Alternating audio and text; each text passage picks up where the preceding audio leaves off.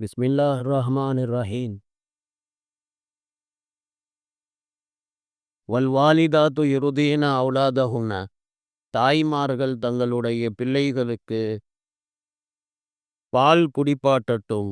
ஹவுலைனி காமிலை, முழுமையாக பூர்த்தியான 2 வருடங்கள். லிமன் அராத யுத்திம்மர் ரதாஅ, பால் குடியை பூர்ணமாக்க பரிபூர்ணப்படுத்த அவர்கள் விரும்பினால். வயலல் மௌலூதி லஹு, அந்த குழந்தையினுடைய தந்தையின் மீது கடமையாக இருக்கிறது.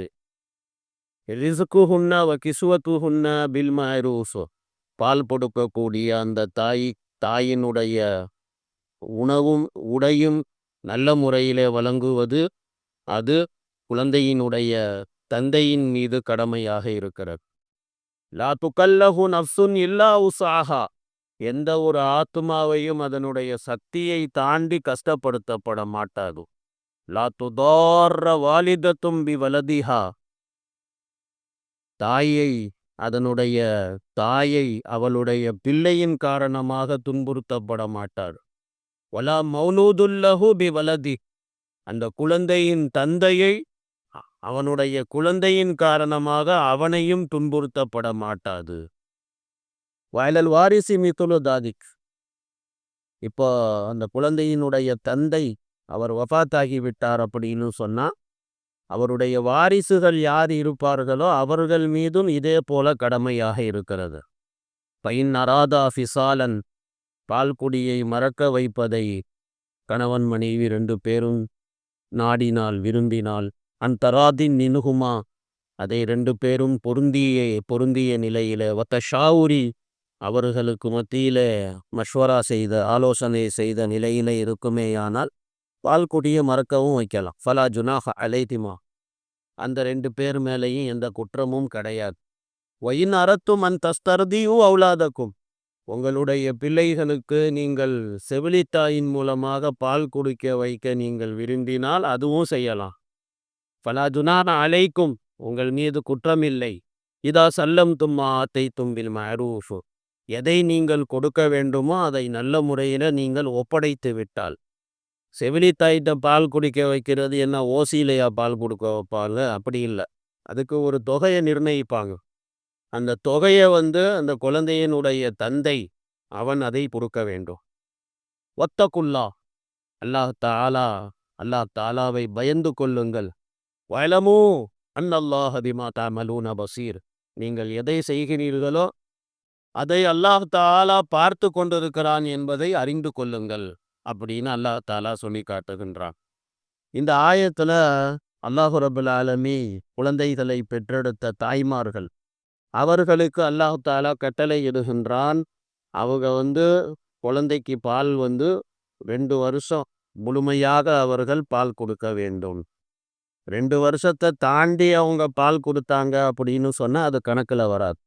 2 வருஷம்தான், குழந்தை பிறந்ததுல இருந்து 2 வருஷம் வரையிலும் பால் கொடுக்கறது தான் கணக்குல வரும். அது என்ன ஆகிறது கணக்கு அப்படிங்கிறீங்க அப்படின்னு நீங்க கேட்கலாம். அதாவது பால் குடியினால சில விஷயங்கள் இருக்கிறதே உருவாகிறது. இப்போ உதாரணமா செவிலி தாய்கிட்டையே பால் கொடுக்குறாங்க குழந்தைக்கு அப்படின்னு சொன்னா, அவ பால் குடி தாயாக மாறிடுறா. அதனால அவளை கல்யாணம் பண்ண முடியாது, ஹராம் உடைய லிஸ்ட்ல வந்துடுது. அப்ப செவிலி தாயை கல்யாணம், தாயுடைய அந்தஸ்துல அதே மாதிரி அதே தாயிடத்துல பால் பிடித்த மற்ற பிள்ளைதன், அது தன்னுடைய சகோதர சகோதரியாக இல்லாக்காட்டியும் கூட பால் குடியில ஒன்று சேர்ந்த காரணத்தினால அவங்க பால் குடி சகோதர சகோதரிகளாக இப்படி ஆயிடுவாங்க. இதுதான் அது அந்த குழந்தை பிறந்து 2 வருஷத்துக்குள்ளார பால் குடிச்சு இருந்துச்சு அப்படின்னு சொன்னாதான் இந்த கணக்கு. அதுக்கு மேல பால் குடிக்கிறது அப்படிங்கிறது அது கணக்கில் வராது. அது ஹுர்மத்தில் ஏற்படாது. நிறைய பல இமாம்கள் இடத்துல இதுதான் அவங்களுடைய சட்டமும் கூட. அதாவது இந்த பால் புடி சம்பந்தப்பட்ட சட்டங்கள், அது சம்பந்தப்பட்ட மசாயில் கொஞ்சம் பேசுவோம் இன்ஷா அல்லாஹ். திர்மிதி ஷரீஃப்ல ஒரு பாடம், அதாவது பால் குடியினால் ஹராமாகக்கூடிய விஷயங்கள் அப்படின்னு சொல்லி ஒரு தலையங்கம். அதில் பார்த்தீங்க அப்படின்னு சொன்னால், அதாவது 2 வருஷத்துக்கு உள்ளார பால் குடித்திருந்தால்தான் அந்த ஹுர்மத் அப்படிங்கிறது ஏற்படும் அப்படின்னு சொல்லியே அதில் தலையங்கம் திர்மிதி ஷரீஃபில் போடப்பட்டிருக்கிறது. பிறகு அவங்க ஒரு ஹதீஸு கொண்டு வந்திருக்கிறாங்க அல்லாமா திர்மிதி அவர்கள். என்ன ஹதீஸு அப்படின்னு பார்த்தீங்கன்னா, ரசூலுல்லாஹி ஸல்லல்லாஹு அலைஹி வஸல்லம் அவங்க சொன்னாங்க, எந்த வயதில பால் குடிப்பதினால் வயிறு நிரம்புமோ அந்த வயதில பால் குடித்து இருந்தால்தான் அது பால்குடி கணக்கில் வரும். பால்குடி மறக்க வைப்பதற்கு முன்னால் பால் குடித்திருக்க வேண்டும் அப்படின்னு சொல்லி அந்த ஹதீஸில் இருக்குது. 2 வயசுக்கு மேலே குழந்தைங்களுக்கு பால் மட்டும் கொடுக்கறது அவங்க வயிற்றுக்கு பத்தாது. அவங்களுக்கு ஆகாரமும் கொடுக்கணும். அதனால் அந்த 2 வயசு வரைக்கும் தான் அந்த பால்குடி கணக்கு அப்படிங்கிறது.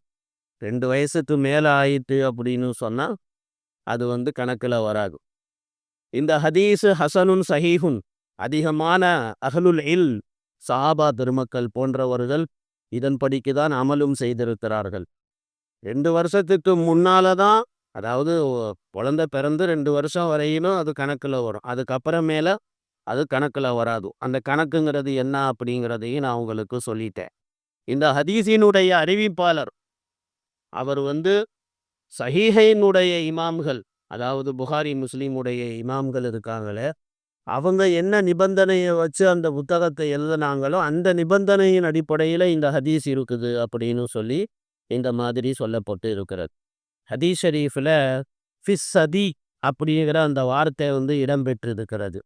அதனுடைய அர்த்தம் என்ன அப்படின்னு சொன்னால், பால் குடிக்கக்கூடிய இடம், அந்த இடத்துல 2 வருஷம் பால் குடிச்சு இருக்கணும் அப்படின்னு சொல்லி. பாட்டில் பால்லாம் கொடுக்குறாங்க. பால் மடியில் குடிக்காமல் கறந்து கொடுக்குறவங்களும் இருக்கிறாங்க. அந்த மாதிரி எல்லாம் இல்லை, மடியில் பால் குடிச்சிருக்கணும். இதே வார்த்தையை தான் பெருமானார் ஸல்லல்லாஹு அலைஹி வஸல்லம் அவங்க எந்த நேரத்தில் இந்த வார்த்தையை சொன்னாங்க அப்படின்னா, நாயகம் ஸல்லல்லாஹு அலைஹி வஸல்லம் அவர்களுக்கு ஒரு ஆண் வாரிசு இப்ராஹிம் அப்படின்னு சொல்லி ஒரு குழந்தை பிறந்துச்சு. அந்த இப்ராஹிம் அப்படிங்கிற குழந்தை இருக்குது, அது அந்த அந்த அந்த குழந்தை வஃபாத் ஆகிட்டாங்க. அவங்க சின்ன பிள்ளையிலேயே மூத்தா போயிட்டாங்க. பால் குடிக்கிற வயசில் அந்த குழந்தை மூத்தா போயிடுச்சு. அப்போ நாயகம் ஸல்லல்லாஹு அலைஹி வஸல்லம் அவங்க சொன்னாங்க, இந்த குழந்தைக்கு பால் கொடுக்கக்கூடிய பெண் சொர்க்கத்திலே இருக்கிறாள் அப்படின்னு சொல்லி நாயகம் ஸல்லல்லாஹு அலைஹி வஸல்லம் சொன்னாங்க. ஹஜ்ரத் இப்ராஹிம் அவர்களுடைய வயசு அப்போ அந்த நேரத்தில் என்னன்னு பார்த்தீங்கன்னா, முழுசாக ஒரு வயசு முடிஞ்சு 10 மாதம். முழுசாக ஒரு வயசு முடிஞ்சு 10 மாதம். அப்போ என்ன தெரியுது, 2 வருஷம் பால் கொடுக்கணும் அப்படிங்கிறது தெரியுது. 2 வருஷம் அப்படிங்கிறது பால் குடியினுடைய காலமாக இருக்கிறது.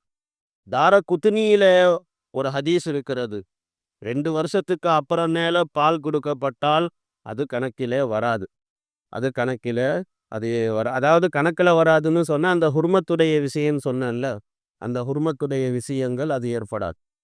இப்னு அப்பாஸ் ரதியல்லாஹு தஆலா அன்ஹுமா அவங்க சொல்கிறாங்க, 2 வருஷத்துக்கு அப்புறமேல பால் கொடுத்து என்ன பிரயோஜனம்? அது ஒரு பிரயோஜனமும் கிடையாது.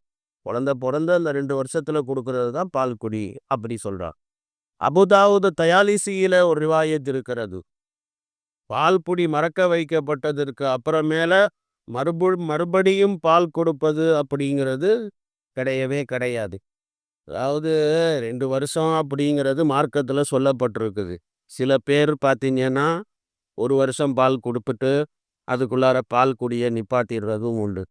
இந்த பால் கொடுக்குற விஷயத்த தாய்மார்கள் ரொம்ப ஆர்வத்தோடு செய்யணும்.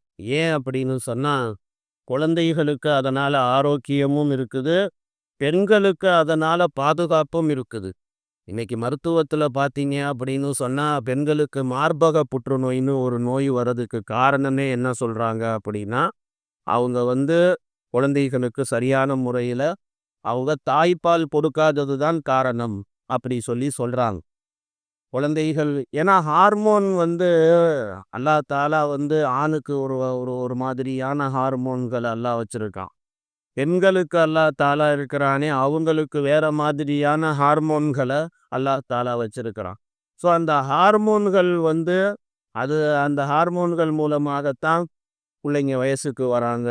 அந்த ஹார்மோன்கள் மூலமாகத்தான் அவங்களுடைய உடலில் மாற்றங்கள் ஏற்படுகிறது. அந்த மாற்றங்கள் ஏற்படும் போது அல்லாஹ் இயற்கையாக அல்லாஹ் என்ன ஆக்கி வச்சிருக்கிறானோ அதை நம்ம பயன்படுத்தணும். அதிகமாக குழந்தைகள் பெக்கிறதுனால, குழந்தைகளுக்கு தாய்ப்பால் கொடுக்கறதுனால ஒரு பெண்ணுக்கு ஆரோக்கியம்தான். இதுக்கு மாற்றமாக குழந்தை பெத்துக்க மாட்டேன் அப்படின்னு சொல்லிட்டு குழந்தை பெத்துக்காம இருந்தாலோ, அல்லது ஃபேமிலி பிளானிங் பண்ணாலோ, குழந்தைக்கு சரியாக பால் கொடுக்காம இருந்தாலோ, இதனால நிறையா அவங்க ஃப்யூச்சர்ல நிறைய பிரச்சனைகளை அவங்க சந்திக்க வேண்டிய சூழ்நிலை வரும். ஏன் அப்படின்னு சொன்னா, அல்லாஹ் உருவாக்கின அந்த இயற்கையான ஹார்மோன்களுக்கு மாற்றமாக இவங்க பண்ணும்போது, அதுல சில பிரச்சனைகள் எல்லாம் இருக்குது. இது நிறைய முஃப்திகள், நிறைய இது சம்மந்தப்பட்ட விஷயங்கள் எல்லாம் சொல்லியிருக்கிறாங்க.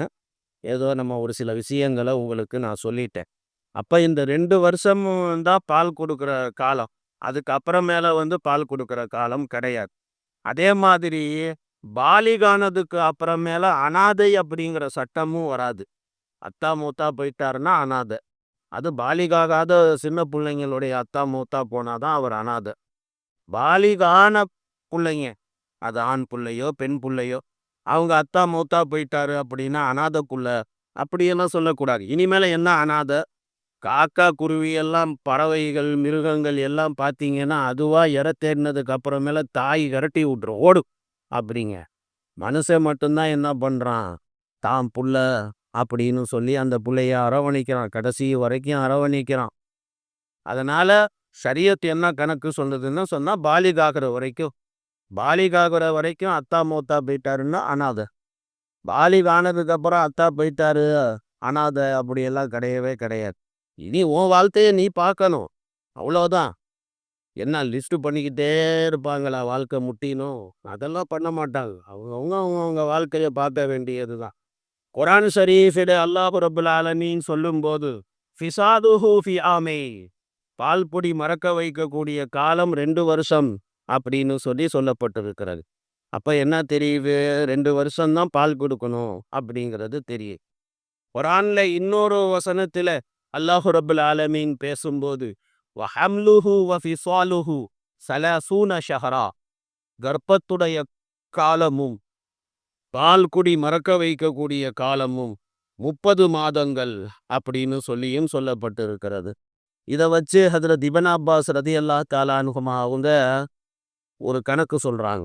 இந்த 30 மாசம் அப்படின்னு குர்ஆன்ல சொல்லப்பட்டிருக்கிறதுனால அவங்க கர்ப்பத்துடைய காலத்தையும் சேர்த்துக்கிறாங்க. சில பேருக்கு பார்த்தீங்கன்னா 8 மாசத்துல குழந்தை பிறக்கும்.